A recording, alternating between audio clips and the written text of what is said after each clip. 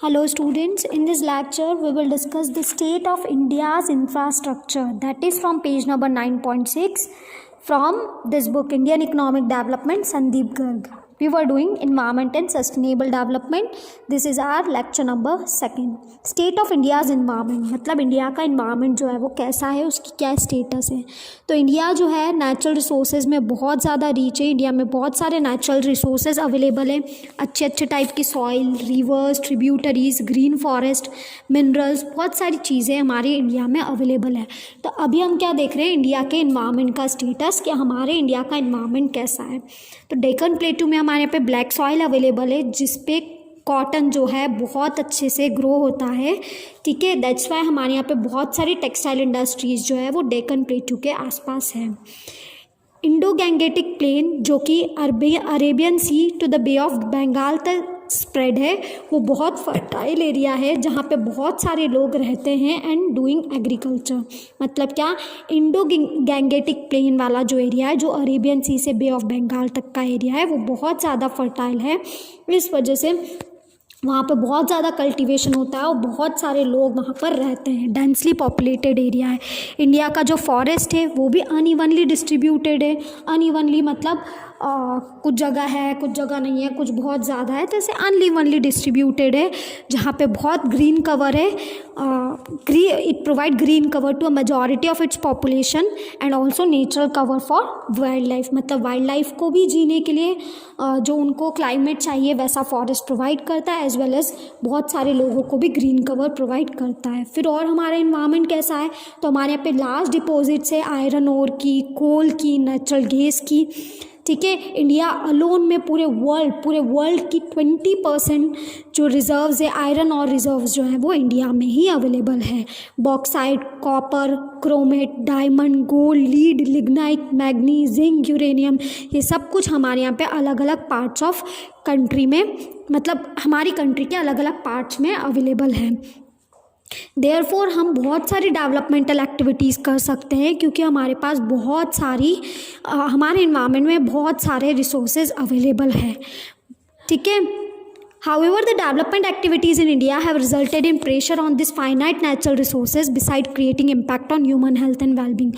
However, हमारी कुछ developmental activities की वजह से हमारे इन्वायरमेंट को बहुत हार्म पहुंच रहा है, जिसकी वजह से सिर्फ हमारे नेचुरल रिसोर्सेज ही कम नहीं हो रहे, साथ साथ में हमारी हेल्थ जो है वो भी अफेक्ट हो रही है.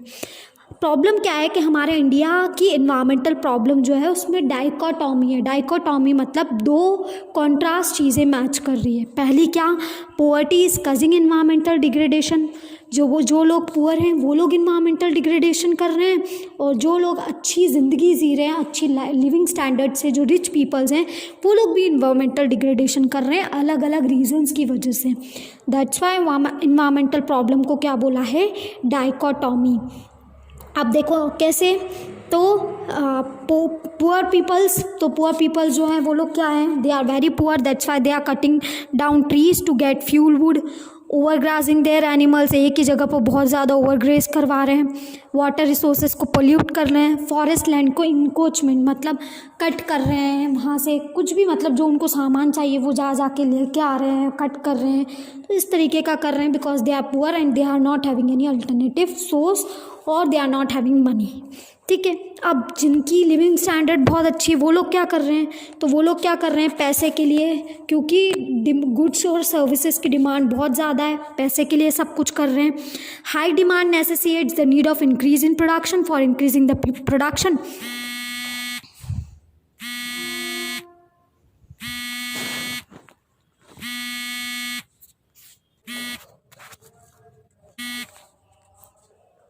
हाँ, नाउ मतलब क्या कि पोवर्टी की वजह से भी, क्योंकि वो they are cutting down trees. अब लिविंग स्टैंडर्ड बढ़ाने के लिए भी इन्वायरमेंटल डिग्रेडेशन हो रहा है. उन लोगों को ज़्यादा गुड्स चाहिए, ज़्यादा डिमांड है उनकी कि प्रोडक्शन बढ़ाओ. अब प्रोडक्शन बढ़ाने के लिए लोगों को क्या चाहिए, रॉ मटेरियल्स चाहिए. वो रॉ मटेरियल्स उनको मिलेंगे कहाँ से, यही फॉरेस्ट के नेचुरल रिसोर्सेज से. तो इन सब चीज़ों की वजह से पॉल्यूशन जो है वो बहुत ज़्यादा बढ़ रहा है. ठीक है, व्हीकल्स जो हैं, इंडस्ट्रीज़ जो है उसमें बहुत ज़्यादा यूसेज हो रहा है. बहुत ज़्यादा व्हीकल्स और इंडस्ट्रीज़ और इनका ज़्यादा यूसेज होने की वजह से हमारी इन्वायरमेंट जो है वो पोल्यूट हो रही है. ठीक है। आज उन लोगों की डिमांड इतनी ज़्यादा बढ़ गई है स्टैंडर्ड ऑफ लिविंग के लिए, सबको अलग अलग गाड़ी चाहिए, तो अलग अलग गाड़ी की वजह से उतना ही ज़्यादा पोल्यूशन हो रहा है और इन्वायरमेंट को हार्म पहुंच रहा है। Now challenges to India's environment, तो इंडिया के इन्वायरमेंट को क्या क्या चैलेंजेस फेस करना पड़ रहा है, तो लैंड डिग्रेडेशन ऑफ फॉरेस्ट और deforestation, soil erosion, biodiversity loss, air pollution, तो this are the challenges which India's environment is facing. ठीक है, इंडिया की जो इन्वायरमेंट है ये सारे चैलेंजेस फेस कर रही है, लैंड डिग्रेडेशन ऑफ फॉरेस्ट और deforestation, soil erosion, biodiversity loss और एयर पॉल्यूशन। लैंड डिग्रेडेशन मतलब क्या, सॉइल वाटर और हमारे यहाँ का जो वेजिटेशन कवर है, मतलब सॉइल वाटर प्लांट्स, इन सब का क्या होना, इन सब की क्वालिटी में डिक्रीज आना, इन सब की क्वालिटी ख़राब होना ड्यू टू ह्यूमन एक्टिविटीज़। ठीक है, ये किसकी वजह से होता है, कुछ नेचुरल और मैनमेड प्रोसेस की वजह से होता है। ठीक है, नेचुरल मैनमेड प्रोसेस की वजह से होता है, जिसकी वजह से विंड इरोजन, वाटर इरोजन और वाटर लॉगिंग होता है। इंडिया में अगर हम इंडिया में बात करें तो इन इंडिया लैंड जो है बहुत सारे डिग्रेडेशन सफ़र कर रहा है। ठीक है, क्योंकि उनको प्रॉपरली मैनेज नहीं कर रहे हैं लोग और उनको गलत तरीके से यूज़ कर रहे हैं, इस वजह से इंडिया में लैंड जो है बहुत ज़्यादा डिग्रेड हो रहा है, बहुत ज़्यादा ख़राब हो रहा है। इन सब डिग्रेडेशन की वजह से हमारे यहाँ पे जो सॉइल में जो न्यूट्रिएंट्स पाए जाते थे, अब उन न्यूट्रिएंट्स की कमी हो रही है। एज अ रिज़ल्ट हम लोग जितना पहले प्रोडक्शन कर पाते थे अब उतना प्रोडक्शन भी नहीं कर पा रहे हैं, क्योंकि लोग जो है वो उस लैंड को प्रॉपरली यूज़ नहीं कर रहे हैं, बहुत ज़्यादा यूज़ कर रहे हैं, जिसकी वजह से लैंड की जो फर्टिलिटी है वो बहुत ज़्यादा अफेक्ट हो रही है, लैंड की फर्टिलिटी जो है वो बहुत ज़्यादा कम हो रही है। Now causes of land degradation क्यों हो रहा है, तो एक तो लैंड डिग्रेडेशन इसलिए हो रहा है due to cutting of trees, loss of vegetation means cutting of trees और फॉरेस्ट। लोग ट्रीज़ और फॉरेस्ट को इतना ज़्यादा कट कर लेते हैं, वहाँ की जो सॉइल है वो रिमूव हो जाती है। ओवर ग्रेजिंग की वजह से एनिमल को एक ही जगह बहुत ज़्यादा ग्रेस करवाया जाता है, तो जब वो बहुत ज़्यादा एक ही एरिया में ग्रेस करते रहते हैं तो क्या होता है, वहाँ की जो सॉइल है वो अपनी प्लेस से हट जाती है। ठीक है, फिर और क्या हो रहा है, non adoption of adequate soil conservation measures, जो सॉइल कंजर्वेशन के लिए कुछ जो मेथड्स होते हैं वो हम अडॉप्ट नहीं कर रहे हैं सॉइल को कंजर्व करने के लिए।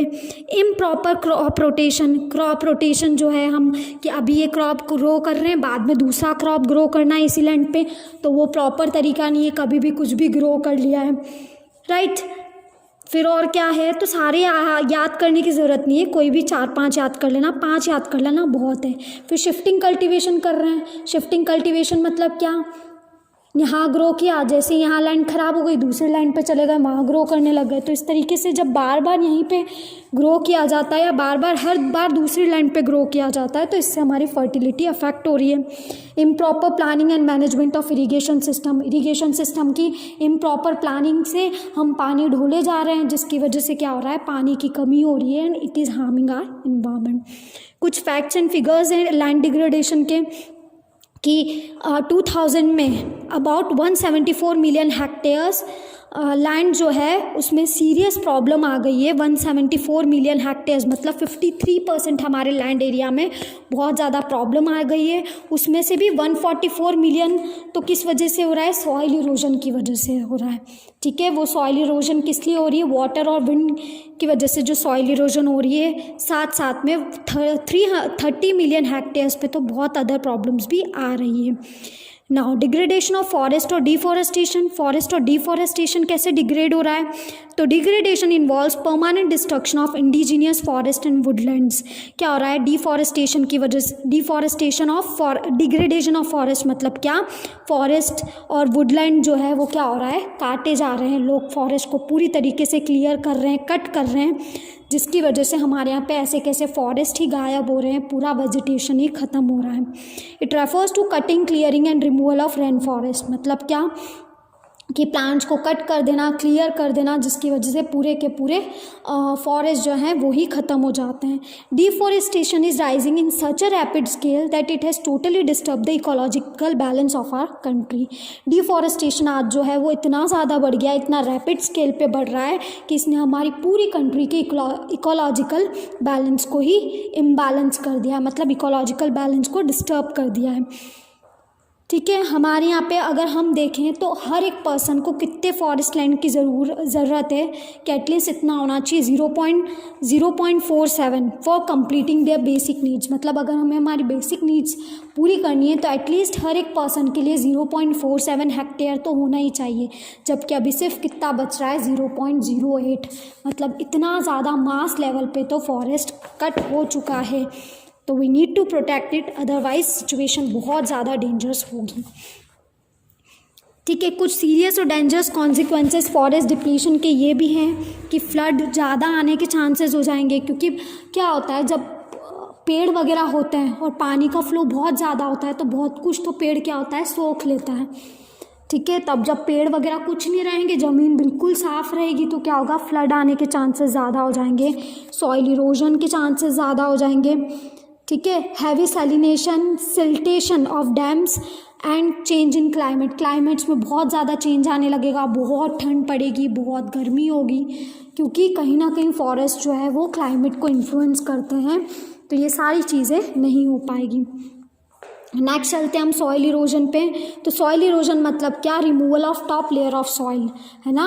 टॉप सॉइल के टॉप लेवल जो टॉप लेयर जो है वो रिमूव हो जाना, किसकी वजह से, बहुत ज़्यादा रेन आ गई, बहुत ज़्यादा फ्लड हो गया, बहुत तेज़ हवा आई, तो क्या हुआ, सॉइल की टॉप लेयर रिमूव हो गई। तो डिफॉरेस्टेशन की वजह से सॉइल इरोजन होता है। एस्टिमेशन देखा जा रहा है कि सॉइल जो है वो कितनी टन हर ईयर इरोड हो रही है, हर ईयर इरोजन हो रहा है 5.3 बिलियन। ठीक है, जो कि उसके रिचार्ज कैपेसिटी से ज़्यादा है, मतलब इतनी तो बन भी नहीं पा रही है। As a result country loss 0.8 million tons of nitrogen, 1.8 tons of phosphorus and 26.3 tons of potassium every year. As a result क्या होता है, इस सॉइल की वजह से सॉइल में जो नाइट्रोजन, फॉस्फोरस और पोटेशियम होता है उसका बहुत ज़्यादा लॉस हो रहा है।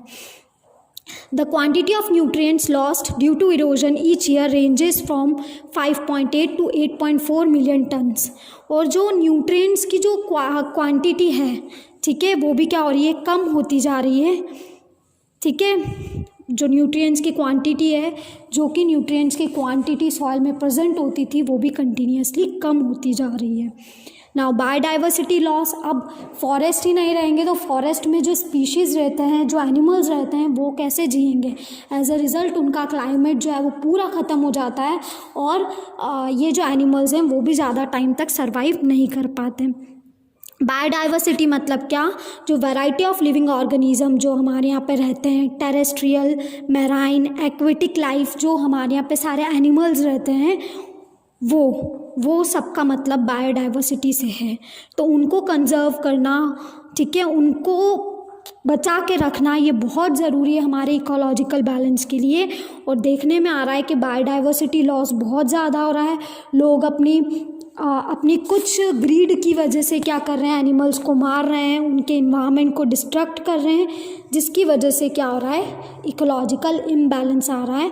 तो इमीडिएट नीड है कि हम इन बायोडाइवर्सिटी को कंजर्व करें। इवन बहुत सारे एनिमल्स जो हैं वो तो बिल्कुल गायब हो गए हैं। लाइक डायनासोर्स का बोला जाता है कि अब डायनासोर्स बचे ही नहीं हैं। ठीक है, अगर हमारी जो न्यू जनरेशन होगी उनको बताया जाए तो उन्होंने तो कभी डायनासोर्स देखे भी नहीं होंगे, तो देख भी नहीं पाएंगे। तो ऐसे बहुत सारे स्पीशीज़ है जो ऑलमोस्ट एक्सटिंक्ट होने वाले हैं, जो ऑलमोस्ट गायब होने वाले हैं। तो बहुत ज़रूरत है कि उनको प्रिजर्व करके रखा जाए, सेव करा जाए, उनको कंजर्व किया जाए, उनको एक प्रॉपर क्लाइमेट दिया जाए ताकि वो इस एनवायरनमेंट में जी सकें। नाउ एयर पॉल्यूशन मतलब क्या, presence of materials in air in such a concentration which are harmful to man and environment. Air pollution मतलब कुछ मटेरियल्स का एयर में प्रेजेंट होना जो कि बहुत ज़्यादा हार्मफुल है मैन के लिए भी, मतलब पर्सन के लिए भी, एज वेल एज इन्वायरमेंट के लिए भी, राइट। तो air pollution means contamination of air का ख़राब हो जाना due to various type of materials. तो हमारे इंडिया में air pollution specially urban areas में बहुत ज़्यादा है, और वो सब किसकी वजह से हो रहा है, व्हीकल्स की वजह से हो रहा है। साथ साथ में इंडस्ट्रीज़, थर्मल पावर प्लांट्स, इन सब की वजह से एयर पॉल्यूशन जो है वो बहुत ज़्यादा बड़े स्केल पे हो रहा है। व्हीकल से जो धुआं निकल रहा है, ठीक है, व्हीकल से जो धुआं निकल रहा है उसका बहुत ज़्यादा इम्पैक्ट पॉपुलेशन पे भी देखा जा रहा है, जिनको बहुत सारी डिसीजेज हो रही है related to air. The number of motor vehicles जो हैं वो 3 लाख से लेकर 6.7 करोड़ तक बढ़ गई है। मतलब जहाँ 1951 में 3 लाख थी, अब वो 6.7 करोड़ हो गई है 2003 में, और 2011 में वो 14.18 करोड़ हो गई है। आज सब लोगों को पर्सनल व्हीकल चाहिए, जिसकी वजह से आज एयर पॉल्यूशन का जो लोड है वो बहुत ज़्यादा बढ़ गया है, बहुत ज़्यादा एयर पॉल्यूशन होने लगा है। इंडिया जो है 10th नंबर पर आती है इंडस्ट्रियलाइज नेशन में। हाउएवर जो उनका अचीवमेंट है अनवांटेड और अनएंटिसिपेटेड कॉन्सिक्वेंसेज में, like unplanned urbanization, pollution, risk of accidents, ये बहुत ज़्यादा है।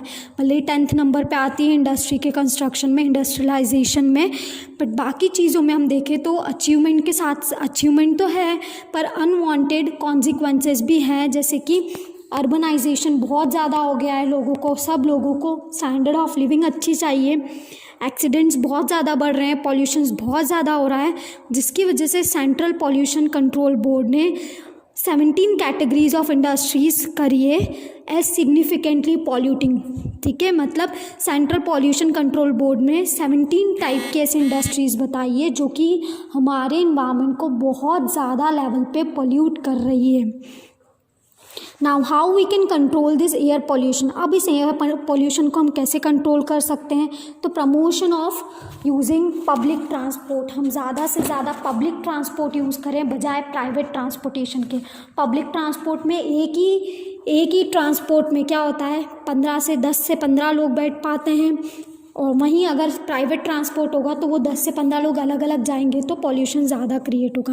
Like use of Delhi metro instead of private vehicles, like Delhi metro use की जाए प्राइवेट व्हीकल्स की बजाय। ठीक है, स्टेप्स ऐसे भी लिए जाएं ताकि ट्रैफिक में भी प्रॉपर प्लानिंग और मैनेजमेंट के साथ चले ट्रैफिक भी। ठीक है, सिमिलरली क्लीनर फ्यूल यूज़ किए जाए व्हीकल्स में, CNG यूज़ किए जाए instead of petrol and diesel. फिर क्लीनर फ्यूल यूज़ किया जाए घर में भी, लाइक LPG यूज़ किया जाए। ठीक है, ताकि हम इंडोर में एयर पॉल्यूशन भी कम कर सके। फ्यूल्स वगैरह यूज़ नहीं किए जाए कि फॉरेस्ट को काट कर लकड़ियाँ इकट्ठा करके उसको जला रहे हैं, तो it will create pollution a lot. उसकी बजाय LPG यूज़ की जाए और क्लीनर टेक्नोलॉजी यूज़ करें।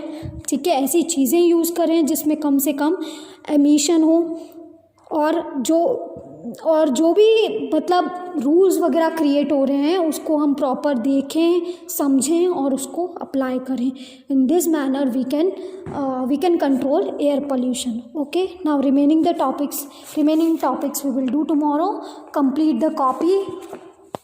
Your copies of infrastructure chapter. कौन से क्वेश्चंस लिखने हैं? सारे NCERT क्वेश्चंस ही लिखने हैं। इंडियन इकोनॉमिक्स में हम सिर्फ NCERT क्वेश्चंस ही लिखेंगे विच इज़ गिवन।